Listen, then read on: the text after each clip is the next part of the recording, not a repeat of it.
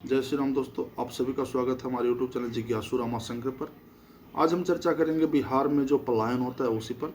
तो वीडियो शुरू करने से आपसे आग्रह है कि आप हमारे चैनल को सब्सक्राइब कर लीजिए, वीडियो को लाइक करिए और कमेंट जरूर करिएगा, जिससे मेरा उत्साह बढ़े और सलाह भी दीजिएगा। तो चलिए शुरू करते हैं बिहार में पलायन के बारे में। सबसे पहले जानते हैं पलायन होता क्या है। तो पलायन होता है कि एक जगह से दूसरी जगह पर किसी खास मकसद से एक लंबे समय के लिए अगर कोई जाता है उसे पलायन कहते हैं।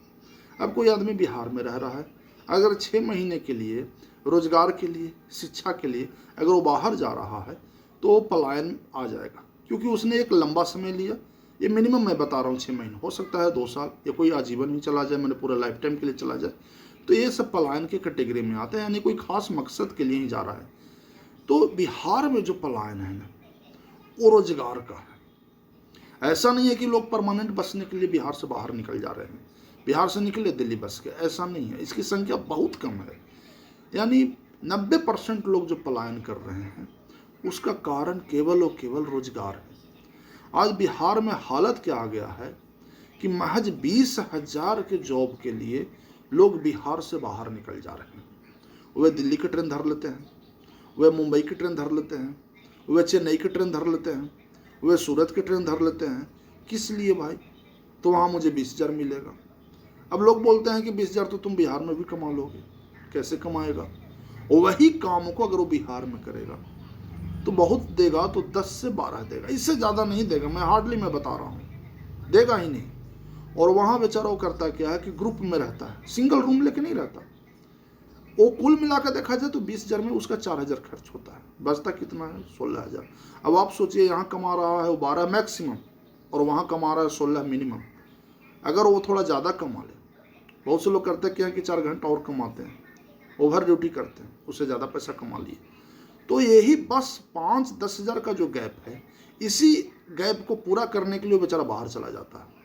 अब आप बोलेंगे कि सरकार, तो सबसे पहले मैं आता है सरकारी नौकरी पर। सरकारी नौकरी बहुत कम है। कोई भी पार्टी अगर कह रही है कि मैं साल में 2 करोड़ जॉब दूंगा, वो सबसे पहले झूठ बोल रही है। सरकार में आप जान लीजिए कि उतनी बड़ी केंद्र सरकार है, उसका भी अगर एक्टिव सीट अगर देखा जाए तो 50 लाख से नीचे है, यानी पदों की संख्या। और अगर बिहार में देखा जाए तो राज्य स्तरीय सीट 5 लाख से नीचे समा जाएंगे, एक्टिव सीट्स जिसकी सैलरी अच्छी है।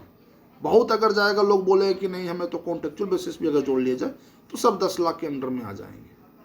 अब बताइए कि 10 लाख तो सीट है, तो हर साल तो कितने लोगों को मिलेगा? हर साल तो समझिए लाख से भी कम, और यहाँ दावे हो रहे हैं करोड़ों के जॉब के। तो ऐसा है कि हमारा एक 90% जॉब चला जाता है प्राइवेट सेक्टर की तरफ। बहुत से लोग बिजनेस भी करते हैं, इसलिए मैंने जानबूझ के 90 रखा। अब जो बिजनेस करते हैं उसकी संख्या तो बहुत कम है, क्योंकि 90% तो बेचारे जॉब चाहते हैं, और जॉब में गवर्नमेंट में है ही नहीं, तो वे प्राइवेट खोजते हैं। और प्राइवेट में बिहार में कुछ है ही नहीं साधन, ना अच्छे प्रीमियम क्वालिटी की फैक्ट्रियाँ हैं। मैं प्रीमियम क्वालिटी इसलिए बोल रहा हूँ कि फैक्ट्री तो एक छोटा सा भी होता है जहाँ 100 लोग खटते हैं, मगर एक फैक्ट्री ऐसा भी होता है जहाँ 10,000 लोग खटते हैं। तो वहाँ अगर है एक दुखे तो छोटे टाइप की कंपनियाँ हैं, फैक्ट्रियाँ हैं।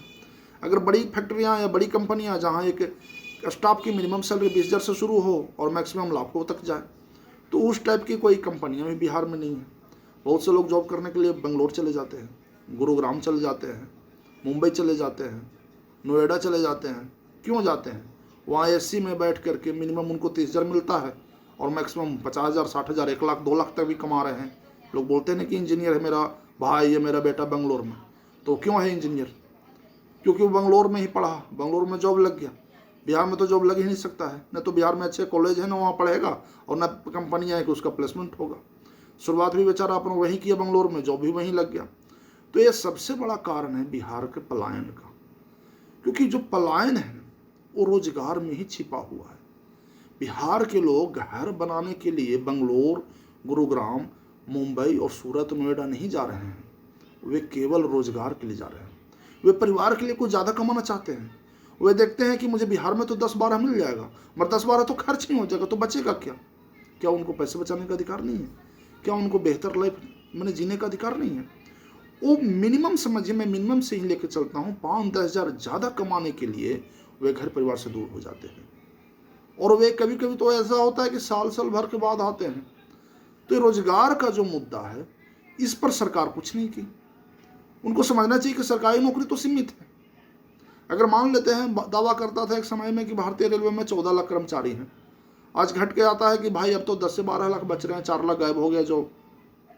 अब सवाल यह है कि एक तो एआई का जमाना, यानी एआई मतलब आर्टिफिशियल इंटेलिजेंस का जमाना, अगर वो आ जाएगा पूरी तरह से अगर एक्टिव फॉर्म में, तो सोचिए कि रोजगार का क्या हाल होगा।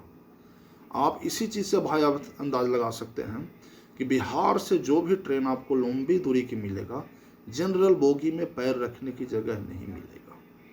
यही सबसे बड़ा प्रमाण है। क्यों?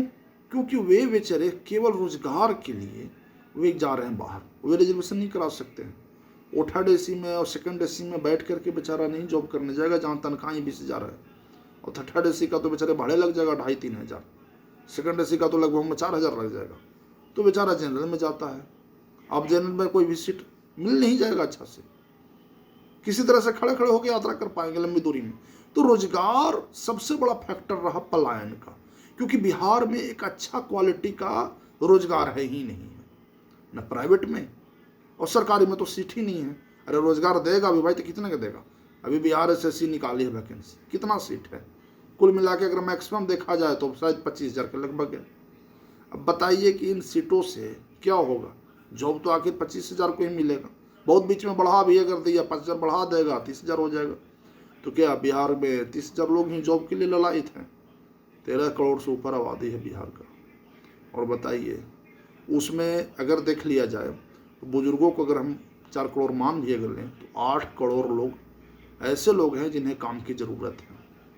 अब 8 करोड़ में आप अगर कुछ को खेती बाड़ी जो किसानी उसानी और बिजनेस भी अगर रख लें, खेती बाड़ी सबसे बड़ा फैक्टर, तो उसको हम 4 करोड़ मान लेते हैं। यानी 4 करोड़ लोगों को प्राइवेट जॉब हर हाल में चाहिए, क्योंकि गवर्नमेंट में तो जॉब है ही नहीं।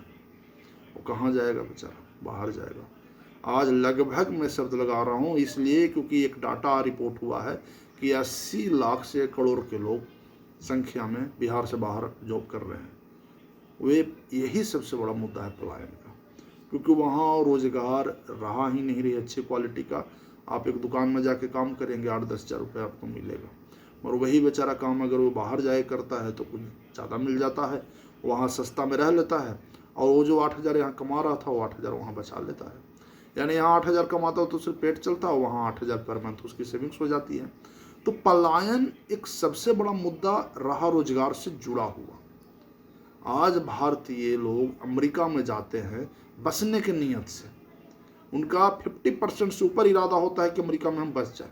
और एक बिहारी मुंबई जाता है काम करने के लिए, तो केवल काम करने के लिए जाता है, बसने के सोच से नहीं जाता है। वो साल भर बाद 2 साल बाद वापस लौट आता है। बहुत कम दर है बसने का। 100 बिहारी अगर मुंबई गया तो शायद 1 या 2% वहाँ बसेंगे। 100 बिहारी अगर दिल्ली गया तो 5% वहाँ बसेंगे, 95% वापस आ जाएंगे, क्योंकि उनका इरादा था जाकर के रोजगार का। तो पलायन का सबसे बड़ा मुद्दा जुड़ा हुआ है रोजगार का। मैं अगले वीडियो में बनाऊंगा कि आखिर वहाँ फैक्ट्रियाँ क्यों नहीं बना, और सरकार ने कौन सी ऐसी गलती की, भूल की, जिस वजह से फैक्ट्रियाँ बिहार में आना या कंपनियाँ नहीं आना चाहिए। ये वीडियो मैं आपको अगले भाग में बनाऊंगा। तब तक आप मेरे चैनल के साथ बने रहिए, और वीडियो को जरूर लाइक करिए, कमेंट जरूर करिए, और चैनल को सब्सक्राइब करिए। धन्यवाद।